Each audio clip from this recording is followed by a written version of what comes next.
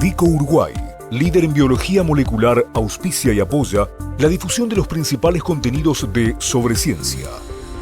www.vico.com.uy. Seguimos en el primer programa de este 2024 de Sobreciencia. Daniela Hirschfeld, Alexandra Perrone, bienvenidas. Hola, un gusto estar acá en esta cuarta temporada de Sobreciencia en TV Ciudad. No parece, ¿no? No parece, pero empezando el año. Exactamente, ya pasó el ciclista. Casi. Y otra de las cosas, mira que buen pie, ¿no? Porque otra de las cosas que suelen marcarnos medio mentalmente es la entrega de los Oscars, ¿no? Que nos hace ir al cine y estar comentando cosas. Y vos arrancás con algo que de alguna manera se toca, ¿no? Con algo que va a pasar en la ceremonia de los Oscars. Eso mismo, sí, todos los años tratamos de en los primeros programas traer algo de lo que la gente habló durante el verano, ¿no? Y si hay algo de lo que la gente habló de esta película, La Sociedad de la Nieve, que por supuesto trajo de nuevo al comentario, a la memoria, aquel accidente de estos jóvenes en los Andes, que quizás para una generación ya era algo conocido, pero para los que son adolescentes ahora quizás no tanto, entonces reflotó de nuevo todo este tema. Uno de los temas que subyace esto es una historia de supervivencia, de resistencia, y es desde ese lugar desde donde vamos a hablar de la ciencia, ¿no? Y en particular, porque hay muchas proezas biológicas vinculadas a este accidente, vamos a hablar de las temperaturas, ¿no? ¿Qué pasa cuando un grupo de personas pasa 72 días a temperaturas menores a 25, 40 grados, sin la ropa adecuada, sin el entrenamiento adecuado, ¿no? ¿Cómo hace el organismo para sobrevivir en esas condiciones extremas y qué pasa en los procesos fisiológicos normales, que generalmente tienden a fallar? De eso fue lo que fuimos a hablar con Valeria Segundo, doctora especializada en medicina intensiva, que es un área de la medicina que trabaja muchas veces con personas que vienen en emergencias con exposición a bajas temperaturas. Y entonces le preguntamos, bueno, en principio, ¿cómo controla la temperatura del cuerpo y qué pasa cuando, bueno, hay una alteración? Esto nos contó.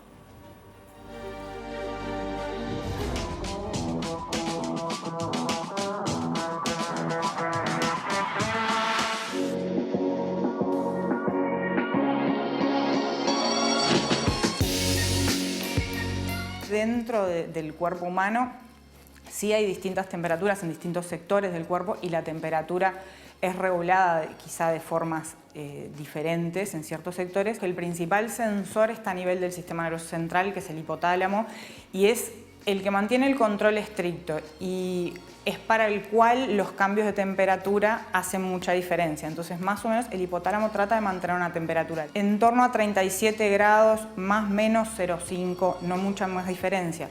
Sobre todo para proteger, y por eso la razón de dónde está también, porque el cuerpo humano es medio maravilloso, pero sobre todo para proteger el sistema nervioso central y el encéfalo, que es el que más sufre los cambios de temperatura. No es necesariamente la temperatura que nosotros estamos acostumbrados a tomar, que suele ser la axilar o el oído o incluso el sector temporal, que son temperaturas que en realidad nos hablan de la temperatura externa del cuerpo y que puede variar debiéndose a, sobre todo, circunstancias ambientales, mucho más que lo que es la temperatura central del cuerpo, que esa es la que realmente está regulada constantemente en ese margen tan chiquito. Mantener la temperatura en ese margen de 37 más menos 0,5 grados Celsius es sumamente importante para un montón de mecanismos, ciclos y de procesos que están ocurriendo dentro del cuerpo, desde la coagulación hasta, por ejemplo, la variabilidad eléctrica a nivel del corazón y otras alteraciones que requieren de un control muy estricto de la temperatura. Habitualmente, las alteraciones en el control de la temperatura pueden tener que ver con la exposición y el sobrepasar los mecanismos compensatorios del organismo para mantener la temperatura normal, pero también pueden tener que ver con factores secundarios como ser fármacos, por ejemplo, u otras patologías que influyan en sea la producción endógena de calor o la pérdida de calor del cuerpo.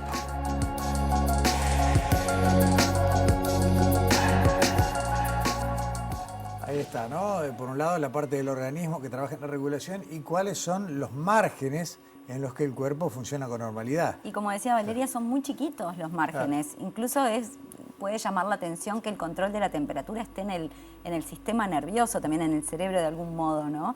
Entonces, bueno, cuando tenemos ese margen tan chiquito, irnos a temperaturas altas o a temperaturas bajas genera un caso clínico. Si tenemos más de 41 grados, por ejemplo, nuestra temperatura llega a eso, tenemos la hipertermia. Pero en este caso vamos a hablar del contrario, ¿no? De cuando el cuerpo está sometido a temperaturas extremas bajas. Ahí hablamos de hipotermia, que es un término que seguramente escucharon nombrar, pero que Valeria ahora va a contar un poco cómo influye en el organismo y qué impacto tiene.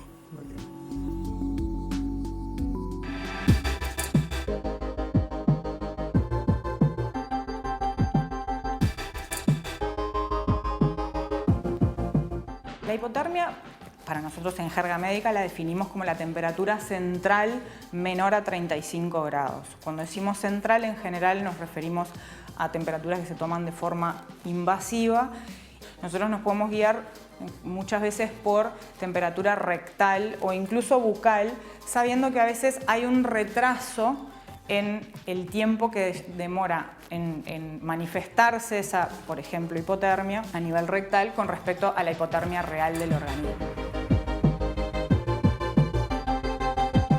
En general, al inicio de la hipotermia lo que hay es un mecanismo compensador donde se aumenta el metabolismo transitoriamente, puede haber taquicardia, puede subir la presión. Eso genera que la sangre llegue a sectores a mantener la temperatura de los órganos internos y a expensas un poco de permitir que se enfríen los sectores externos. Después de ese aumento del metabolismo inicial, en general empieza como un progresivo enlentecimiento del organismo, dentro de lo cual empieza a bajar la frecuencia cardíaca, la frecuencia respiratoria, se empiezan a alterar las funciones mentales, sobre todo, puede haber más bien somnolencia. Una gran respuesta del músculo esquelético, que son los temblores o escalofríos, los famosos escalofríos, que justamente son un mecanismo muy efectivo para el cuerpo de producir calor a través de la contracción muscular. A medida que vamos agotando las reservas, sobre todo las reservas del músculo, es que van cediendo esos escalofríos, no porque haya mejorado la temperatura, sino porque ya agotamos esa reserva. Sobre todo si seguimos expuestos a temperaturas bajas, es que empezamos a ver las alteraciones cardíacas, dentro de las cuales hay arritmias graves de todo tipo, y eventualmente llegamos al cese de todas las funciones y evidentemente en algún punto la muerte.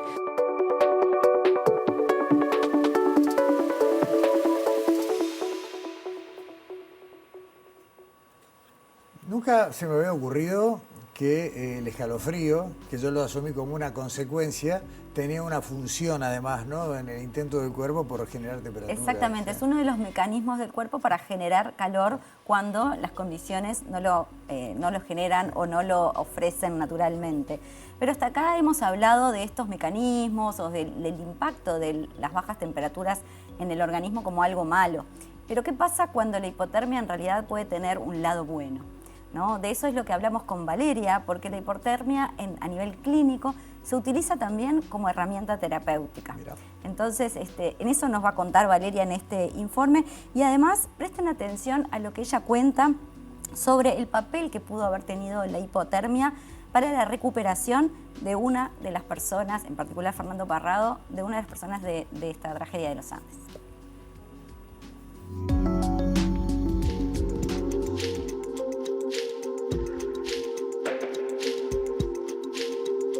En medicina, aparte de hipotermia accidental, también utilizamos la hipotermia como herramienta terapéutica en lo que se llama la hipotermia inducida. Se usa sobre todo para proteger al cerebro de secuelas después del paro cardíaco o también se está estudiando después del traumatismo de cráneo. Lo que se busca es que el cerebro reduzca lo más posible el metabolismo y de esa manera, de alguna manera entre comillas, cuidarlo para justamente luego pasar por un proceso de recalentamiento y volver a la temperatura normal. Este enlentecimiento que provoca la hipotermia de todo el metabolismo también de alguna manera lo protege de no estar sobreconsumiendo más que nada oxígeno y otros generadores de energía del cuerpo. La hipotermia terapéutica o inducida siempre requiere de sedar al paciente porque justamente es algo que el cuerpo va a luchar en contra. Los métodos más comunes son una combinación de sueros fríos, más que nada, y también colocar sueros a nivel de ciertos sectores del cuerpo. También existen mantas térmicas, como las mantas térmicas que regulan, que recalientan. También existen mantas térmicas que pueden pasar aire frío y generar más frío. Y después hay métodos invasivos en los cuales directamente se recircula la sangre y se disminuye la temperatura. Específicamente en el caso de Parrado, por lo que describen, estuvo varios días con depresión de conciencia, varios días en coma, después de lo cual recupera sin ninguna secuela neurológica. Hay una publicación por un médico argentino que habla que quizá la hipotermia tuvo un papel neuroprotectivo con respecto al traumatismo de cráneo que se plantea que puede haber tenido él y que quizá eso fue una de las cosas que permitió que él saliera sin secuelas neurológicas de un traumatismo de cráneo que suponemos fue muy grave. Dentro de las cosas que se plantean es que la temperatura jugó un rol muy importante en evitar sobre todo lo que llamamos hinchazón cerebral o edema cerebral. Un traumatismo de cráneo grave puede generar una inflamación muy rápida que al no poder expandirse dentro del cráneo genere rápidamente la muerte.